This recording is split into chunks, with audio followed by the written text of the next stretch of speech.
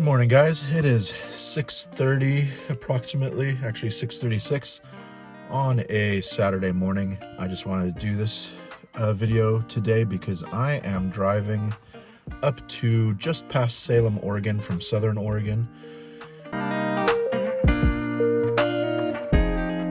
My son, his high school team, made it to the playoffs, so this is their first playoff game, so I'm gonna go up.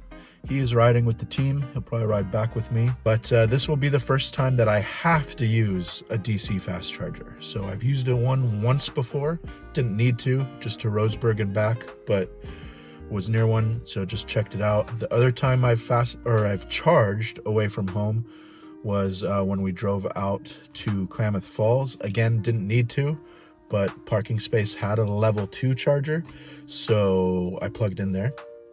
Both times super easy, super quick, good experiences. Today I actually have to charge. Even if I could make it to Salem on a single charge, I wouldn't be able to make it back. So I'm probably gonna have to charge a couple times. I've looked, I think on the way up I'm gonna stop in Springfield, kind of Eugene area, and charge there, and then drive the remaining hour into Salem. If I'm early, I'll probably charge again before going to the game just to kind of top it off, so right after the game we can just leave. So last night I charged to 100%. It is giving me 257 in the middle, but we will probably be closer to the 211 because it is all freeway driving. In Oregon, freeway driving is 65 miles per hour. That's the speed limit. I don't really know that I can do that. It's mostly a 2-lane freeway, so it really depends. It fluctuates. I'm not planning on sticking to any kind of miles per hour. I'm just going to drive, you know, how the road lets me and how the traffic lets me, and we'll see what happens there. Should be a solid 2:45 to 3 hours to get to Springfield. And let's come over here. You will see 100%. Temperature in my garage, it's saying 50. Outside temperature is 33 degrees right now. So that will change once I get on the road. But the high today should be in the mid 50s. So a lot of the drive, the temperature will be a factor and will reduce range. Right now I've zeroed everything out because I charged. But we will check this, and I will check back in at every stop I make just to see how we're doing. So, all right, headed up to Salem. First stop should be in Eugene. If not, I will be stopping earlier, maybe Cottage Grove or something like that, at a single charger there, but I am planning on using Electrify America. So first time I've had to use DC fast charging, and first time using Electrify America, and first time going this far in the Bolt EUV. So we will see how it goes. All right, so about 2 hours, 45 minutes of driving. I made it here to Eugene, to this 4-stall Electrify America. 3 stations were taken, so I had to come in and use the 350 versus the 150 that was right next to it. But that was already taken. So now 4 out of 4 stations are taken. As you can see, temperature, biggest factor here. It's only 36 degrees outside. It's probably been in the mid to low 30s the entire drive. And after starting at 100%, when I got here, I was at about 29 miles minimum. It's charging up now.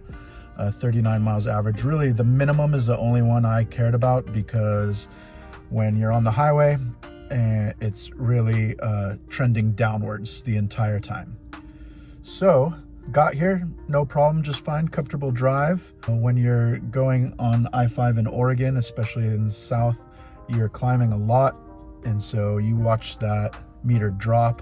First time going this far in one shot, so it worked out so far. I was averaging about 3.4 miles per kilowatt hour since I charged to 100%.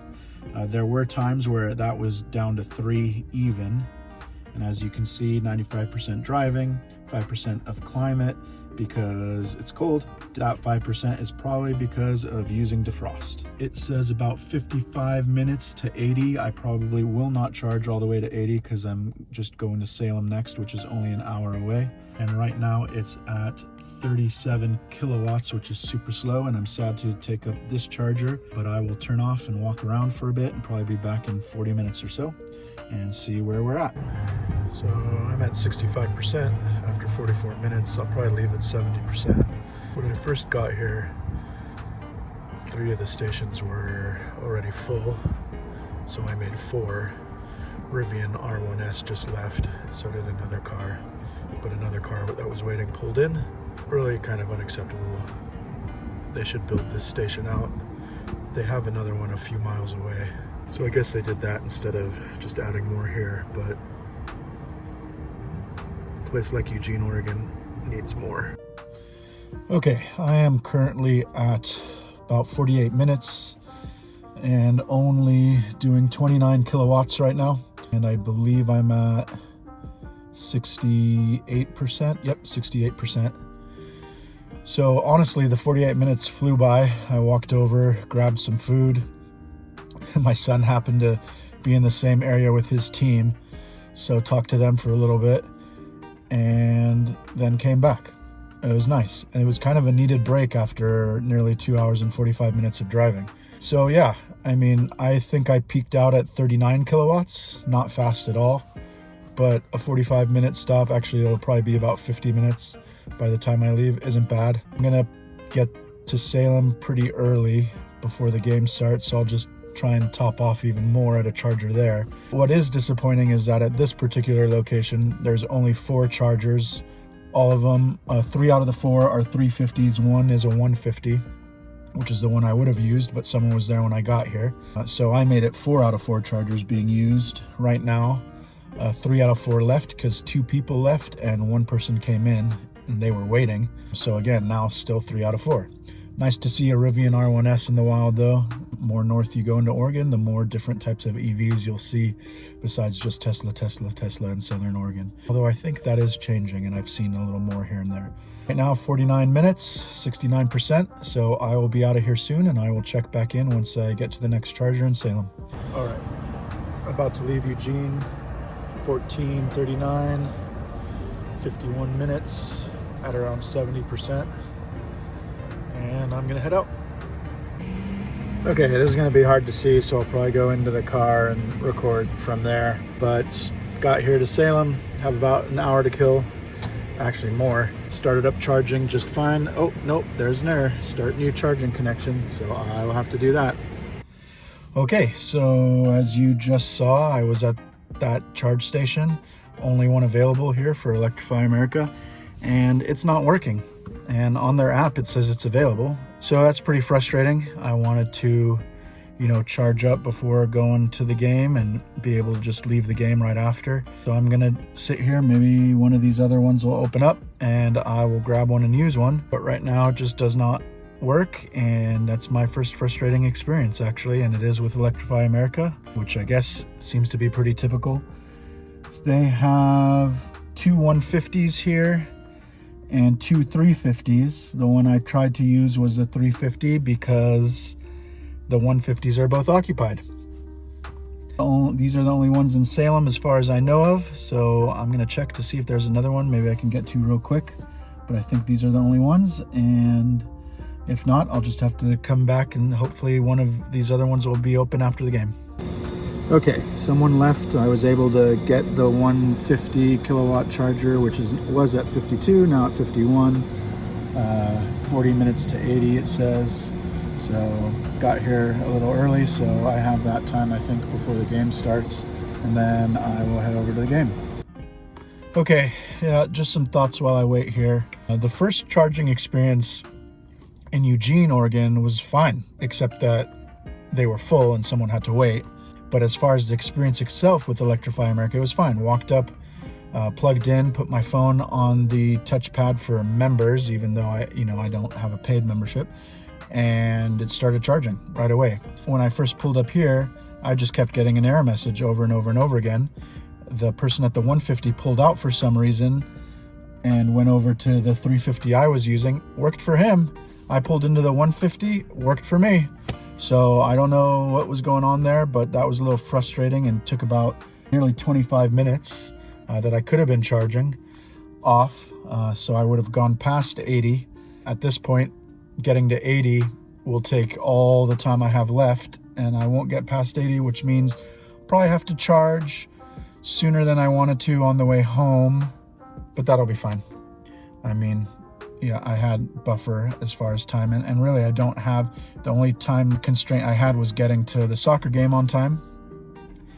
And even waiting here 40 minutes, I will get there on time. After the soccer game, I've got plenty of time. Just the experience I had, not a good one.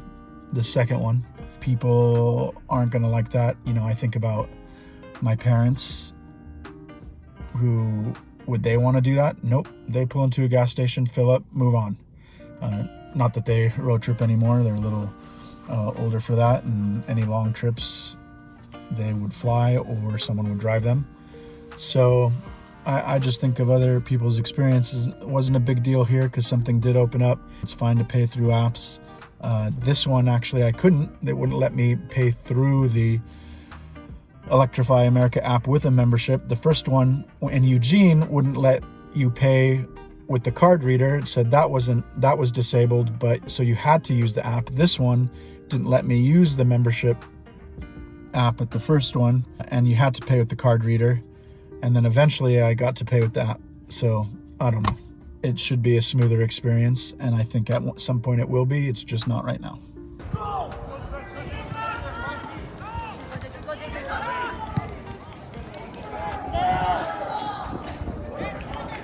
Okay, so I have stopped in Sutherland, Oregon on the way home.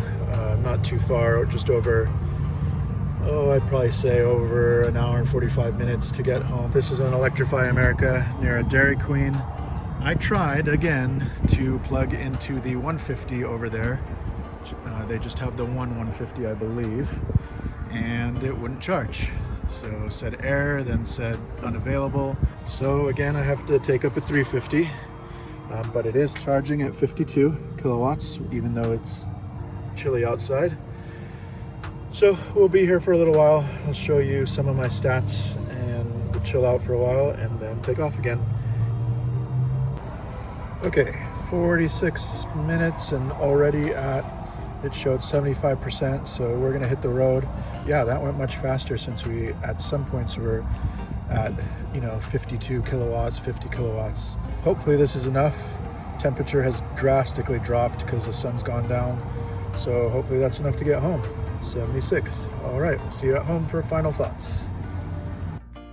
Okay, so here we are back home after 477.4 miles driven in one day, pretty much up to Salem, a little north of Salem and back. 3.4 miles per kilowatt hour, which isn't bad actually. Got home with 36 in the middle, 36 miles left in the middle, min 29. But on a trip like this, a lot of trending downwards, so it's really hard to know how much is left.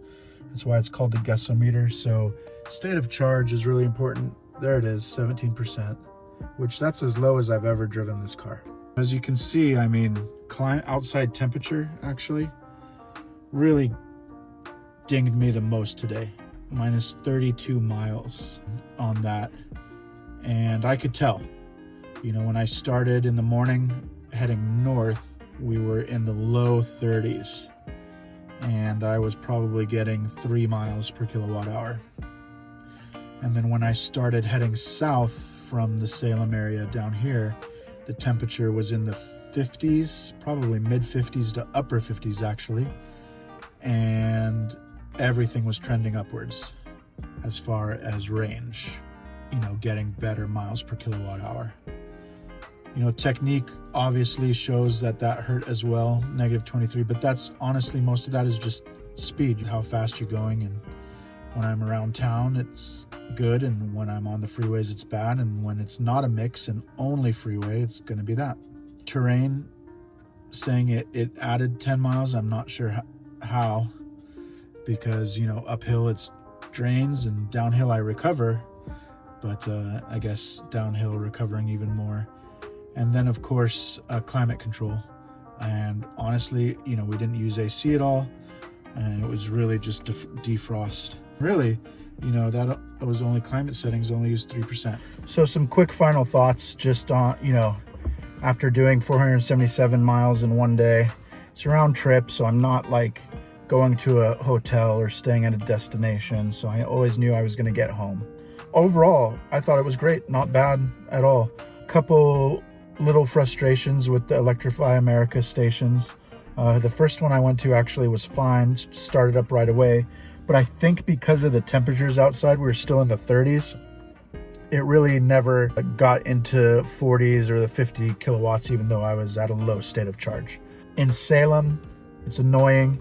If you have 4 chargers that are available, and they weren't, only one was available when I pulled into there. If you have 4 and one isn't in use, I mean, that's not good. It's just really not good. Or one that can't be used. If someone pulled away, I could pull into that one and start up. Same thing when I got to Sutherland on the way home. 4 chargers, couldn't use one. Happened to be the one I picked, but they were all available at that one, so that was okay, and I didn't feel as bad using a 350 kilowatt charger. So overall, easy. I mean, Electrify America is an easy experience. You walk up, you plug in, you put your phone against the device, and it connects, theoretically. And it did most of the time, and it worked, and that was good. And having a charger down here and there wouldn't be a problem if you just had more. Eugene worked right away, but all 4 are taken and someone's waiting, you know, and that's a bummer. And honestly, in Eugene, they built one recently, so just a few miles away, all 350s. I think it was a 6-stall station. So really in that area, they have 10 Electrify America ones. I don't know if that person waiting knew about that. And so that's nice, but honestly, it should be at one location, just built out that much. And I think we will get there. I really do think we will get there. I know at least in Oregon, ODOT, the Oregon Department of Transportation, has a plan of building them all up the I-5, starting in Southern Oregon, working their way north. But when there is one down and you experience it, you kind of get that in your head, like, oh man, the next station I go to, you know, am I going to experience the same thing? Is it going to be down? Where, you know, when you're going to a gas station, there's a gas station at every single exit. Uptime, you know, isn't a worry. And if they have one down, there's plenty of other ones, and it's only going to take people 5 minutes before another one opens up anyway. So it's a much different situation. It's more robust, obviously, because it's been around longer. The charging time, honestly, not frustrating to me. And maybe because I wasn't really in a time crunch. I mean, yes, I had to be at the soccer game at a certain time, but I had left early enough. For my situation on this trip, I probably should have stayed longer at the Eugene one, charged up to 80 or even beyond, just let it sit there. And then I wouldn't necessarily have had to charge at the Salem one, and I could have just driven south right when we were done, all the way to Dairy Queen in Sutherland, charge there a little bit, and then come home. So it would have been two chargers instead of 3. And really, you know, that's a preference. I thought it was fine the way I did it today. That way I'm not like sitting at the Eugene one for over an hour. Plus that one, because of the temperature, again, well, it was started off not at 50, so it would have taken even longer, but that's okay. The other 2 that I went to actually started at 52 and went quite quickly. The one on the way home, it was at 70 and beyond before I noticed. We had gotten a little snack and we're talking, and then all of a sudden I was like, oh, we're already at 70, let's go. And then, you know, dumped our stuff, went to the bathroom, went back out, left at 76%. So, you know, it works out. So in my opinion, on a nearly 500-mile trip, a couple of 40-minute stops, not that big of a deal. I'd prefer maybe 1 stop in that whole time, but actually it was kind of nice. You know, it's kind of part of enjoying the journey, not just the destination. And it felt good to get up, get out, walk around, walk to the store. It was kind of nice. It did add time, definitely. So you got, you know, if you're on a time crunch, that is a factor. But, you know, here's what it comes down to. You know, when I got home, I'm home right now. I don't have to go to the gas station. I'm like quarter of a tank, 17%, and I don't have to go to a gas station in the morning. I don't have to go to a gas station now. I just plug in at home. And 99% of the time, that's what I'm doing. I've had this car, let's see, June, July, August, September, end of October. So let's say 4.5 months now. And I haven't had to DC fast charge until today. I did it once, didn't have to, but just did it once to check it out, you know, shortly after I'd got in the car. And so most of the time, I'm local. Even if I drove, you know, an hour and a half and then an hour and a half back, would have been fine. So honestly, 4.5 months, I probably would have never touched a DC fast charger. And I think most people are like me and would only charge on a level 2 charger, you know, at home or somewhere local. And that's really why I think those are important. I really think, you know, they need to be installed everywhere: apartments, movie theaters, shopping, workplaces, because people drive to a destination during the week and they sit there for 8 hours and can be charging their vehicles. So that's why I think those are really important. And obviously then when people do take road trips, some people, you know, probably would road trip more than me. That's where DC fast charging is needed. And so yes, more need to be built out. 4 stalls in larger cities, just, it's not enough, especially with the gains in popularity, the year-over-year percentage growth of EVs. You just need more stalls, and it's happening. So there's just a little bit of patience that's needed there. But most of the time, a car like this, and it was a great, easy, comfortable, smooth ride, will do it because you're going to be charging at home. If you do road trip a lot, I would get a car that charges at a higher kilowatt rate, you know, not 50s, you know, you want 150 and more. But to be honest, I don't think cars like this, as far as the newer cars being made, they're not going to exist. Everything's going to be over 150 and up, you know, at this point. And that'll be fine. And, you know, 2 to 5 years, you're going to get more range and you're going to get 20-minute charging. It's just, it is going to happen. The technology's there and it's going to happen. And 20 minutes, honestly, you know, is not a big deal. My first stop in Eugene, I got out, walked to a restaurant, and it was fast food. Sat down and ate instead of eating in the car. It's a lot nicer eating at a table instead of trying to eat while you're driving. And, you know, 50 minutes goes by before I'm like, oh, you know, it just went by in a flash. So honestly, 20 minutes, not going to be a big deal. Hop out, order, grab food, go to the bathroom, especially if you have kids. That stop is going to take 20 minutes and then you're done. So I honestly think that, you know, road tripping in an EV, especially in the next 2 to 5 years, all the hand wringing about it is just going to be gone. I'm saying that after driving, you know, nearly 500 miles in a car that does not fast charge fast. And it really wasn't a big deal. This is, you know, coming from someone who usually just cannonballs it up and down one gas stop and I'm good. But it was kind of nice not to do that, to be honest. From me, 3.4 miles per kilowatt hour. Got home at 17% state of charge, which is less than I normally like, less than I've ever done before. But it's pretty straightforward, pretty simple, and pretty enjoyable, to be quite honest. Weather will get colder, and again, I mean, that's one of my biggest takeaways from today is how much the weather affected the battery type of this car. And in all honesty, I think that's going to change as well in the future with newer battery technology. It's just not going to affect it as much. So, but that's where I am right now, and so that's something I have to be aware of. But yeah, that's all I've got for now. So thanks for watching this video. Catch you later.